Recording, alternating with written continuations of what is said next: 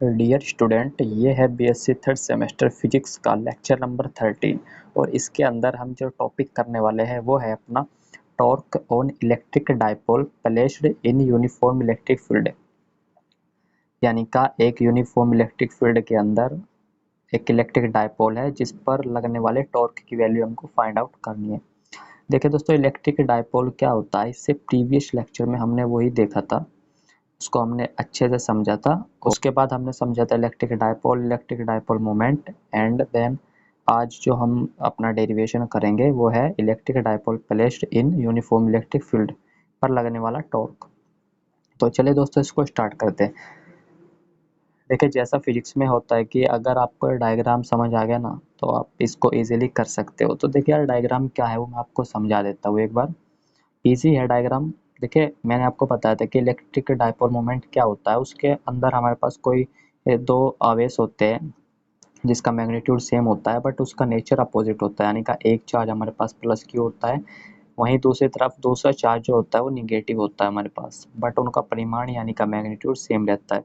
सो ये हमारे पास कोई इलेक्ट्रिक फील्ड है जो प्लस से माइनस की तरफ इसके डायरेक्शन है, और ये इलेक्ट्रिक फील्ड के अंदर हमारे पास ये रखा हुआ है इलेक्ट्रिक डाइपोल। ठीक है दोस्तों, इलेक्ट्रिक डाइपोल ही हमारे पास रखा हुआ है जिसके बीच दोनों आवेशों के बीच की जो डिस्टेंस वो 2L है। देखिए दोस्तों, इसके दो आवेश है हमारे पास plus q and minus q, यानी का एक फोर्स यहाँ पर लगेगा जो F2 होगा और इसको मैंने F1 नाम दिया। इनकी डायरेक्शन जस्ट अपोजिट होगी, यानी का इसकी इधर की साइड होगी और इसकी इधर की साइड होगी। ठीक है। सो इस पर लगने वाला जो टॉर्क होगा ना उसकी वैल्यू हमको फाइंड आउट करनी है। तो चलिए यार स्टार्ट करते हैं। Let us consider an electric dipole of charges minus Q and plus q and length 12। वही कह रहा है कि कोई इलेक्ट्रिक डाइपोल है जो माइनस क्यू प्लस क्यू से मिलकर बना हुआ है और जिसकी डिस्टेंस 2L, यानी का दोनों चार्ज के बीच की जो डिस्टेंस है वो 2L है। Is placed in uniform electric field. इस प्लेस्ड मीन्स रखा हुआ है कहाँ पर, इन यूनिफॉर्म इलेक्ट्रिक फील्ड, यानी का यूनिफॉर्म इलेक्ट्रिक फील्ड।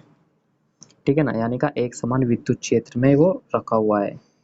यूनिफॉर्म का मीन्स होता है एक समान, और इलेक्ट्रिक फील्ड यानी का विद्युत क्षेत्र।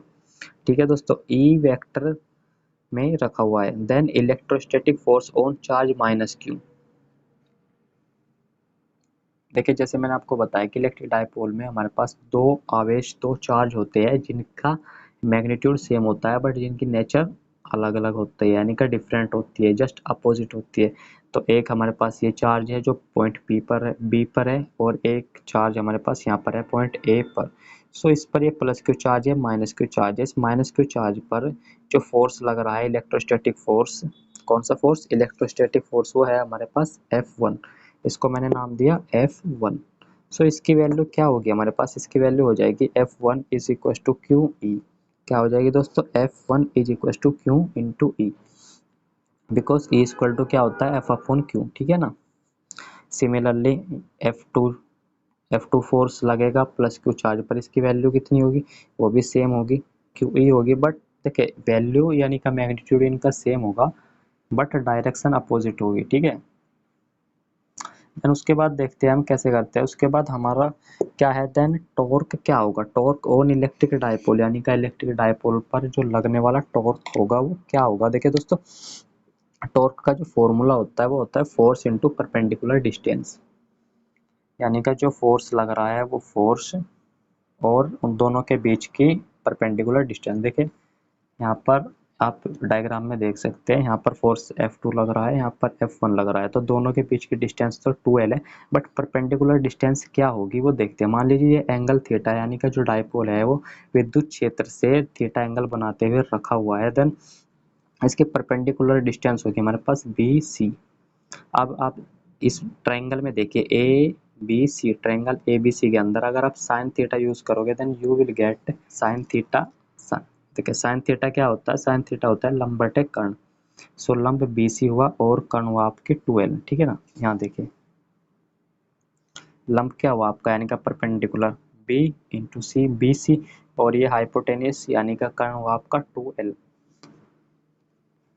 सो उस हिसाब से ये हो जाएगा BC अपॉन 12, और BC यहाँ से क्या हो जाएगा, अगर मैं क्रॉस मल्टीप्लाई करता हूँ then I get BC is equal to 12 sine theta.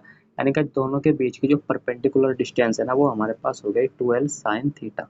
सो उसी वैल्यू को मैं यहाँ पर पुट करता हूँ and finally I get F1 या F2 किसी एक फोर्स, क्योंकि फोर्स दोनों सेम है, दोनों का जो मैग्नीट्यूड है वो सेम है, तो कोई एक फोर्स में यहाँ पर लूंगा या तो F1 ले सकता हूँ या F2, यानी का Q ही होगा। F1 F2 दोनों क्या हमारे पास यहाँ पर देख सकते हैं, F2 equal to Q E and F1 is also Q into E. So Q into E into B C, B C क्या आया 2l sin थीटा, है ना सिंपल। भाई बी सी की वैल्यू तो यहाँ से रख दिया और F1 या F2 की वैल्यू यहाँ से रख दिया, देन ये हो गया Q into E into 2l sin theta.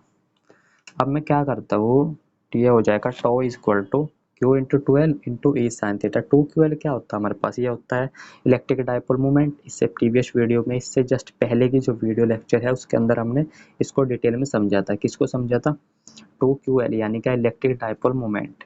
Electric dipole moment क्या होता है, इलेक्ट्रिक डाइपोल मोमेंट होता है इलेक्ट्रिक डाइपोल की रचना करने वाले किन्हीं दो आवेशों में से किसी एक आवेश तथा दोनों के बीच की दूरी के प्रोडक्ट यानी का मल्टीप्लिकेशन करके जो रिजल्ट आता है उसको हम बोलते हैं इलेक्ट्रिक डाइपोल मोमेंट। ठीक है, वो होता है 2l इंटू क्यू यानी का p।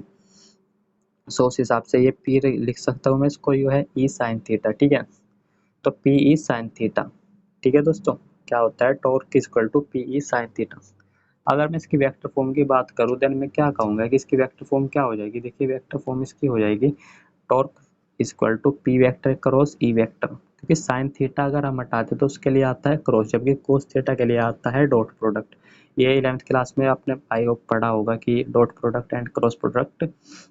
सो वही कंसेप्ट है कि क्रॉस प्रोडक्ट के लिए साइन थीटा आता है जबकि डॉट प्रोडक्ट के लिए आपका कोस थीटा आता है। तो दोस्तों ये था छोटा सा डेरिवेशन, आई होप आपको समझ आया होगा। चलिए एक बार मैं फिर इससे इसको रिकॉल करा देता हूँ आपको। ठीक है, देखिए हमने क्या किया था, ये समझिए, आप डायग्राम समझिए। सबसे पहले हमारे पास ये कोई इलेक्ट्रिक डाइपोल था जो इलेक्ट्रिक फील्ड से थीटा एंगल बनाते हुए रखा हुआ है। इसमें दो आवेश है, एक प्लस क्यू एक माइनस क्यू। यहाँ पर भी इलेक्ट्रोस्टैटिक फोर्स लगेगा, क्यों लगेगा, क्योंकि इलेक्ट्रिक फील्ड के अंदर रखा है और इलेक्ट्रिक फील्ड कैसा है, यूनिफॉर्म है। सो यहाँ पर मान लीजिए मैंने कि यहाँ पर F2 इलेक्ट्रोस्टैटिक फोर्स लग रहा है और यहाँ पर F1 इलेक्ट्रोस्टैटिक फोर्स जो है वो वर्क कर रहा है। देन दोनों की वैल्यू यानी कि दोनों का मैग्नीट्यूड सेम होगा। ठीक है, कितना होगा, Q इंटू ई होगा। सो यहाँ से F1 एंड यहाँ पर आप क्लियरली देख सकते हैं F1 या F2 दोनों की वैल्यू सेम होगी Q इंटू ई। और टॉर्क क्या होता है, टॉर्क होता है हमारे पास फोर्स इंटू परपेंडिकुलर डिस्टेंस। ये है हमारे पास main formula, force into perpendicular distance. कौन सी डिस्टेंस, दोनों पॉइंट चार्ज के बीच की डिस्टेंस। ठीक है, वो हमारे पास कितनी है 2l है और फोर्स क्यू ई है। ठीक है ना, तो ये सिंपल है Q इंटू ई और 2l साइन थीटा। ठीक है, और ये 2ql क्या होता है हमारे पास P होता है। ठीक है, सो उस हिसाब से आ जाएगा P E साइन थीटा और इसको मैं वेक्टर फॉर्म में लिख सकता हूँ P क्रॉस E वेक्टर। ठीक है दोस्तों, तो इसी के साथ यार ये हमारा डेरिवेशन होता है और इस वीडियो को लेक्चर को हम यहीं तक रखते हैं। मिलेंगे नेक्स्ट वीडियो लेक्चर में। नेक्स्ट वीडियो लेक्चर का जो हमारा टॉपिक रहेगा वो है इलेक्ट्रोस्टैटिक पोटेंशियल एनर्जी। तो यार इस वीडियो को यहीं तक रखते हैं, मिलेंगे नेक्स्ट वीडियो में। और हाँ, एक इम्पोर्टेंट जानकारी मैं आपको देना चाहूँगा। देखिए दोस्तों, हमारा कंप्लीट सिलेबस हम कराते हैं वो फ्री ऑफ कॉस्ट कराते हैं, यूट्यूब पर कराते हैं। ठीक है, अभी हमारा बीएससी थर्ड सेमेस्टर का फिजिक्स चल रहा है एंड बहुत जल्दी हम फोर्थ सेमेस्टर की फिजिक्स भी कंप्लीट कराने वाले हैं। सो कंप्लीट सिलेबस हमारा यूट्यूब पर होगा, ओनली यूट्यूब पर। हमारा कोई पेड कोर्स नहीं है, ना कोई ऐप है। ठीक है ना, कंप्लीट फ्री ऑफ कॉस्ट रहेगा। सो आप वहाँ से अपनी प्रिपरेशन कर सकते हैं। Thank you, thanks for watching.